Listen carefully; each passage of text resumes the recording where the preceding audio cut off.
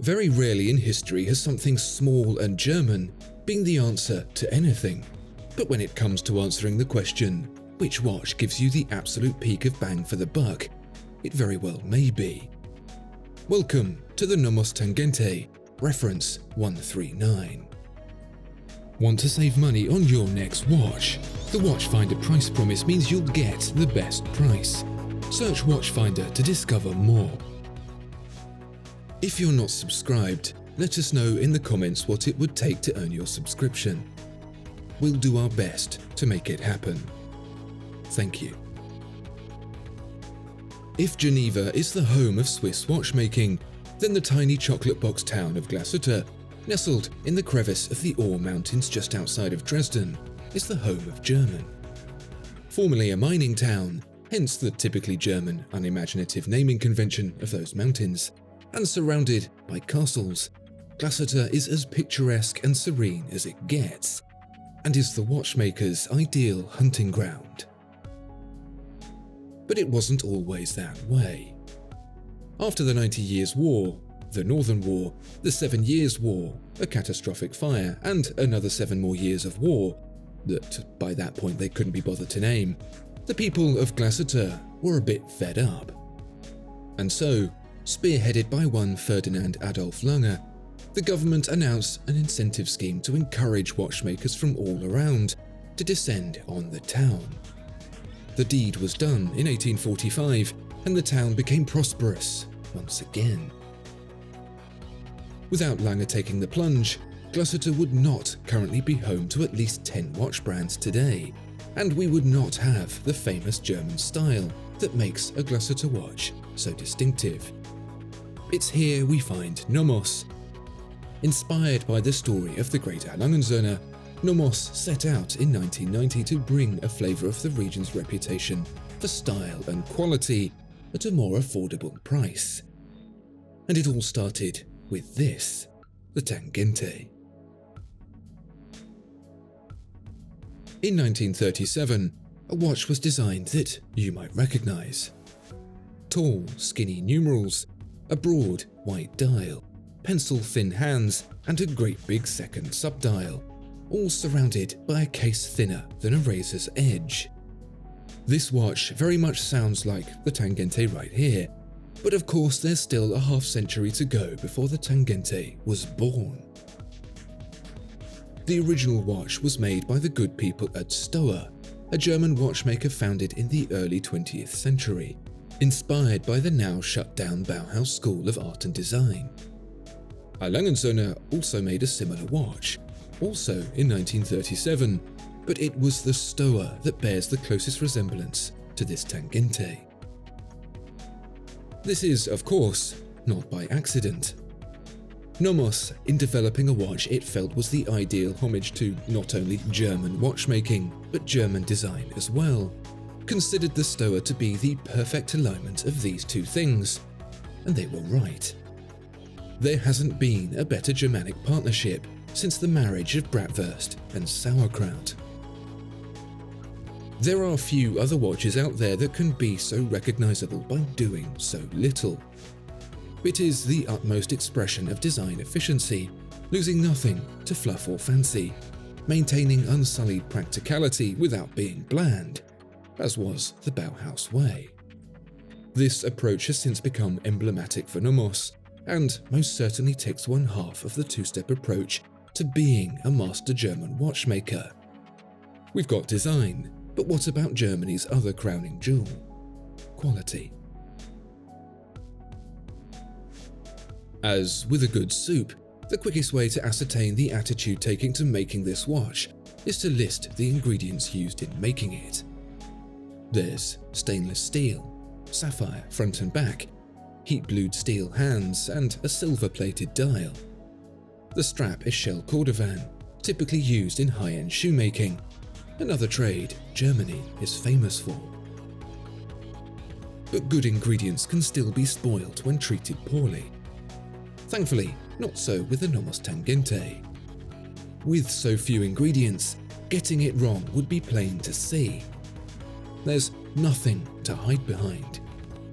Unlike something big and busy like a Richard Mille, every element here is carrying a lot of responsibility for upholding the perceived quality of the whole.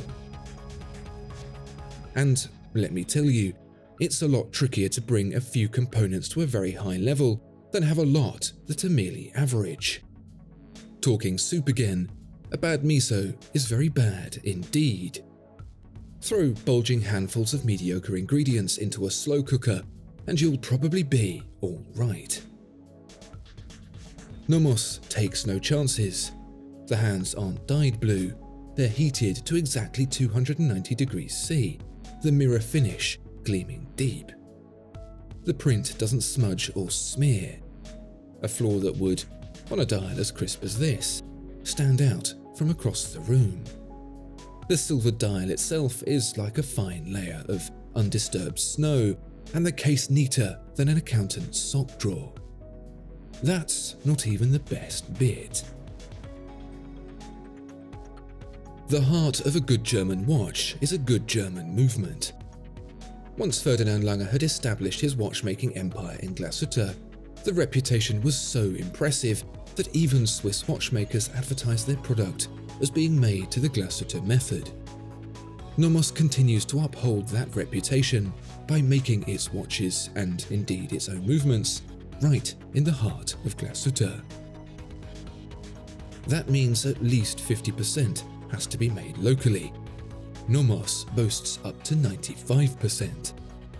The alpha caliber inside the Tangente is simple, hand-wound, with a 43-hour power reserve, no silicon parts or fancy complications. But like the rest of the watch, what it does do, it does exceptionally well. Like the hands, the screws are heat-treated blue. The plates are finely striped and rhodium coated. The ratchet and crown wheel gleam with a sunburst finish. The ratchet spring flexes with a graceful swan neck. And at only 2.6mm in height, it makes the entire watch less than 7mm tall. Crisp, clean, and hiding no secrets, it's the ideal movement for the Bauhaus Tangente. This watch has all the makings of its older cousins down the road, and that tends to result in a price that can make even a grown man's eyes water. Surprisingly, that's not the case here, thanks to an incredible retail of just £1,660, more like £1,000 when you purchase slightly used. It is astonishing that this watch can cost that little, given everything that's been said about it. There are few, if any, watches that pack in so much quality and finesse for such a paltry sum, relatively speaking. Of course, that does come at the cost of a few downsides. It is only 30mm across. That might seem a bit small for some, especially those used to the ever-increasing sizes watches come in these days, but actually, it's fine. It's a size that can be adapted to in no time. In fact, before you know it, you wonder how you ever managed with a watch that couldn't be worn as discreetly as this one can. And that's it. There's not another bad word to say about the Nomos Tangente. It does everything you could want out of a smart, simple daily wearer. It avoids anything else that could be considered superfluous. But then, that's exactly what this watch is all about. I've seen a lot of watches. A lot of watches. And I can't remember one that accomplishes the balancing act between provenance, quality and value in quite the same way as this one.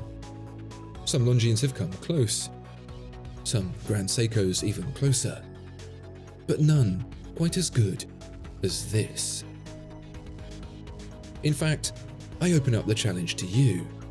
Can you find a watch as impressive as this for less? I don't think you can. I don't think it's possible.